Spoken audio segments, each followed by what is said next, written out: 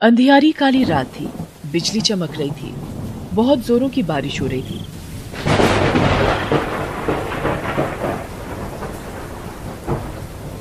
तभी किसी घर में से एक लड़की के चीखने चिल्लाने की आवाजें आ रही थी। वो कह रही थी, मुझे मत मारो, मुझे छोड़ दो। मैंने तुम्हारा क्या बिगाड़ा है? तुम सब लोग मुझे क्यों मारना चाहते हो? छोड़ दो मुझे। वो आवाज कजरी की थी।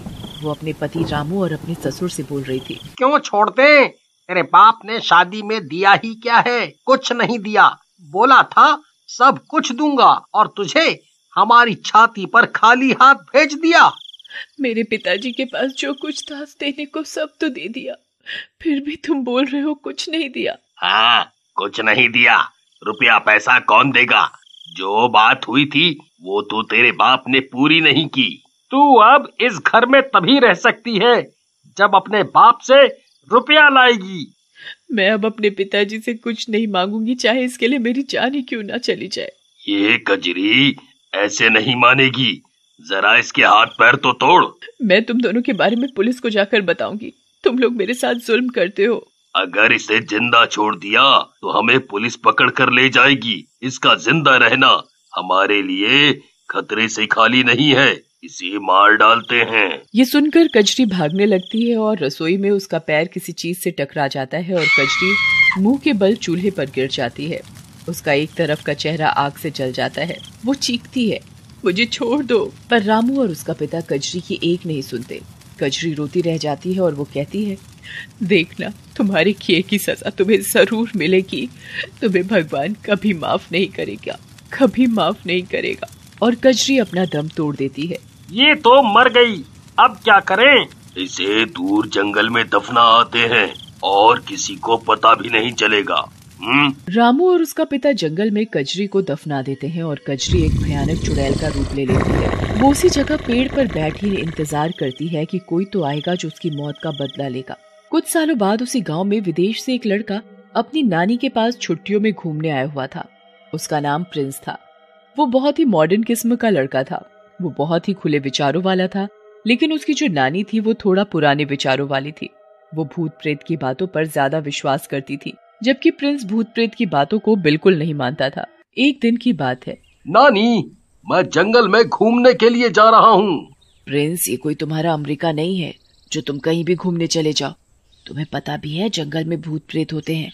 अगर तुम्हें पकड़ लिया तो? क्या नानी, आप भी कैसी कैसी बातें करती हो? भूत वूत कुछ नहीं होता। और प्रिंस जंगल में अकेले घूमने चला जाता है। ये लड़का तो मेरी बिल्कुल भी बात नहीं सुनता। जब कुछ हो गया ना तब पता चलेगा। प्रिंस जंगल में घूमने लगता है और वो इधर उधर घूमने लगा। तभी उसे एक पेड़ दिखाई दिया। वो पेड़ उसे कुछ अजीब सा लगा। उस पेड़ की पत्तियां बहुत ज्यादा हरी भरी थी और वो जरूरत से विशाल पेड़ था। और उस पेड़ के आसपास के जितने भी पेड़ पौधे सूखे और मुरझाए हुए थे, उन सभी पेड़ों के बीच में वही एक अकेला पेड़ हरा भरा घना था। इतने पेड़ों के बीच में केवल उसी पेड़ पर फल लगे हुए थे। तो प्रिंस को ये बात बहुत अजीब सी लगी। बहुत भूख लगी है और थक भी गया हूँ। क्यों ना पेड़ से फल तोड़कर खा लूं और थोड़ी देर आराम भी कर लूं। चलते चलते थक गया हूँ। जैसे ही वह पेड़ से फल तोड़ता है तभी किसी लड़की के रोने की आवाज सुनाई देती है। प्रिंस आवाज को ध्यान से सुनने की कोशिश करता है। कौन है? कौन है? कौन रो रहा है? तुम क्यों रो रही हो? और तुम इस जंगल में अकेली क्या कर रही हो? मैं जंगल में पेड़ से लकड़ियां काटने के लिए आई थी और रास्ता भूल गई।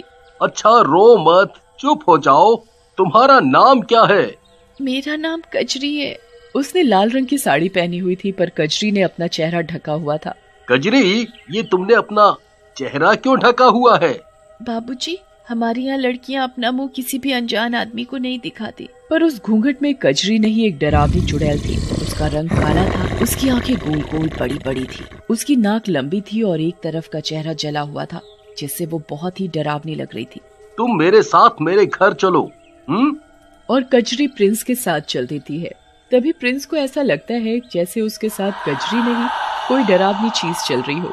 कजरी के घूंघट से अजीब सी हंसने की आवाज आती है। प्रिंस पीछे पलटकर देखता है, कोई नहीं होता, पर उसे लगता है कि किसी ने उसके कंधे पर हाथ रखा हुआ है। वो फिर पीछे देखता है, कोई नहीं होता, तो वो डर जाता है। कोई है नहीं, फिर हाथ किसने रखा? और वो कजरी की तरफ देखता है। कजरी चुपचाप चल रही होती है। कजरी ने हाथ नहीं रखा है तो किसने रखा है?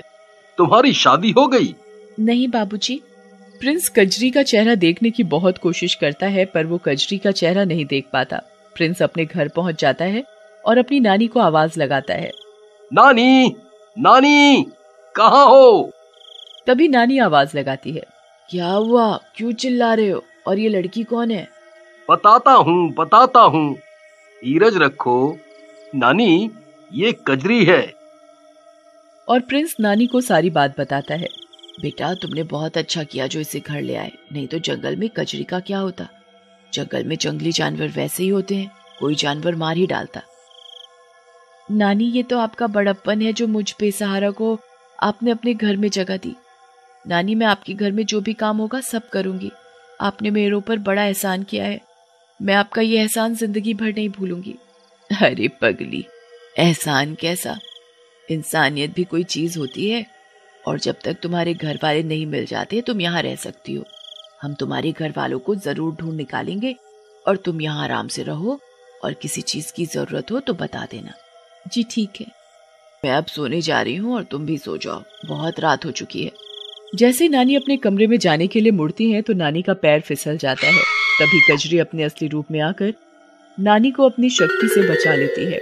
नानी हैरान होती है कि मैं बच कैसे गई? जैसे किसी अनजान शक्ति ने मुझे बचा लिया हो। अगर मैं गिर जाती तो मेरी हड्डी पसली टूट जाती। भगवान का लाख लाख शुक्र है। नानी, भगवान हमेशा अच्छे लोगों का साथ देता है, वो कभी भी अच्छे लोगों का बुरा नहीं कर सकता। ये तो है। और नानी सोने के लिए चली जाती है। अगले दिन नानी सोकर उठती है तो देखती है घर का सारा काम हुआ पड़ा है। नानी हैरान होती है, ये सब इतनी जल्दी काम कैसे हो गया? नानी, आपकी चाय। नानी, ये सब काम मैंने किया है। अच्छा, तुम तो काफी होशियार हो, और तुम ये घूंघट मत किया करो। नानी, हमारे यहाँ लड़कियां अपना मुंह किसी अनजान व्यक्ति को नहीं दिखाती। तभी प्रिंस की आवाज आती है, नानी, मैं बाहर घूमने के लिए जा रहा हूँ। ठीक है, घुमाओ, पर शाम ढलने से पहले घर आ जाना। आ जाऊंगा। और ये कहकर प्रिंस बाहर चला जाता है।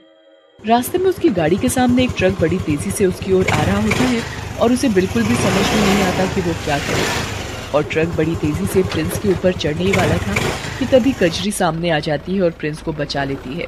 प्रिंस को एक खरोच तक नहीं आती। प्रिंस जल्दी से उठता है और अपने आप को बड़ी हैरानी से देखता है। इतना तेज एक्सीडेंट, और मैं बच कैसे गया? हो ही नहीं सकता। वो तभी कजरी को देख लेता है। वो एक भयानक चुड़ैल थी, उसका चेहरा जला हुआ था।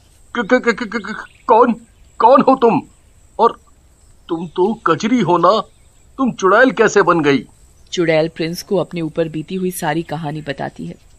चुड़ैल बहुत रोती है और रोते रोते हुए कहती है, बाबूजी, मेरे पति और मेरे ससुर को छोड़ना मत। उन्हें सजा जरूर दिलाना, तभी मेरी आत्मा को शांति मिलेगी, नहीं तो मैं हमेशा यूं ही तड़पती रहूंगी। तुम चिंता मत करो, उन्हें कानून सजा जरूर देगा। तुम अपने पति और ससुर का पता बताओ। बाबूजी, वो दोनों पास के ही गांव में रहते हैं। प्रिंस अगले ही दिन कजरी के पति और ससुर का पता लगाने के लिए निकल जाता है और गांव पहुंचकर, अरे भाई, क्या आप रामू को जानते हो? जी बाबूजी, सामने वाला घर रामू का ही है। धन्यवाद भैया। रात के समय प्रिंस रामू की खिड़की के पास जाकर कजरी जैसे बनकर खड़ा हो जाता है। तभी रामू की नजर खिड़की की तरफ जाती है और रामू जोर से चिल्लाता है, कजरी! ये सुनकर रामू के पिता की आंख खुल जाती है और वो कहता है, अरे बेटा, ये तुम्हारा वहम होगा। कजरी को तो हमने मार डाला था, वो यहाँ कैसे आ सकती है? हाँ, मैंने अभी अपनी आंखों से देखा है, वो कजरी ही थी।